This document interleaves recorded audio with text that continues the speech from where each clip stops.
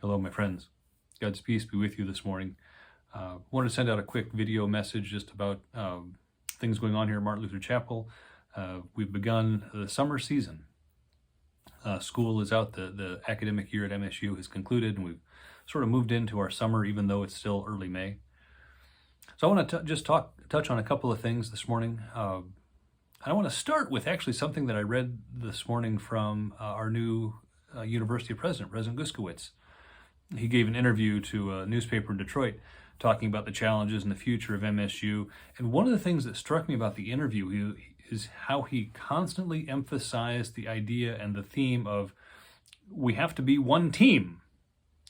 Talking about the administration, the faculty, the trustees, everyone being one team moving together into the future. Now, I'm not here to talk about MSU, but that idea of one team sort of struck a chord with me. I want to talk about Martin Luther Chapel, but I want to start with that idea. The idea of being one team is a very familiar concept for the church.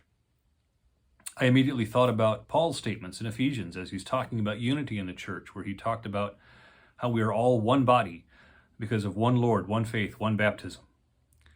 And then I went back to even the gospel lessons over the last couple of weeks where Jesus himself, that idea of unity, of connectedness, sort of underlying his words about abiding in him and the vine and the branches from John chapter 15, the last couple of weeks. As we all follow, as we abide in Christ, as we are part of and baptized into the same baptism, we are on one team to bring his gospel of peace and forgiveness and life to the world. Think about that as we move forward in ministry together this summer and into the future. We're one team. So what's the team up to these days? A couple of things. Let's start with the student ministry. We ended the year with really on a high note. We've got student leaders ready to go for this fall. We've got enough leaders now to begin to go back to having 2 leadership teams this fall, the Lutheran Student Organization and the peer ministers. Pastor Robinson and I have already met with our incoming leaders and have started plans for this summer and for this fall, including some very intensive and specific outreach to incoming students this summer. I'm very optimistic. We've already begun to receive contact information for incoming students, and so we're reaching out already this week to students that we expect to see here on campus this fall. As always, if you know an MSU student coming in this fall or who are already here, introduce us, and we'll reach out to them and let them know what we have to offer here at Martin Luther Chapel so they can participate in ministry while they're here. Second thing I want to talk about is that survey that we did, the ReVitality Survey we did a few weeks ago. Derek Mathers, Pastor Derek Mathers from the district office was here a couple of weeks ago and shared the results with us. I have the report. If you haven't seen it yet, I'm happy to share that with you and share some other resources to help understand what it's telling us. Since then, Congregational President Ed Schleusner and I have met with a few teams, a few groups in the congregation, to sort of reflect on the results, to talk about what this might mean for ministry as we move forward. We still have a meeting or two to go, including one yet this evening.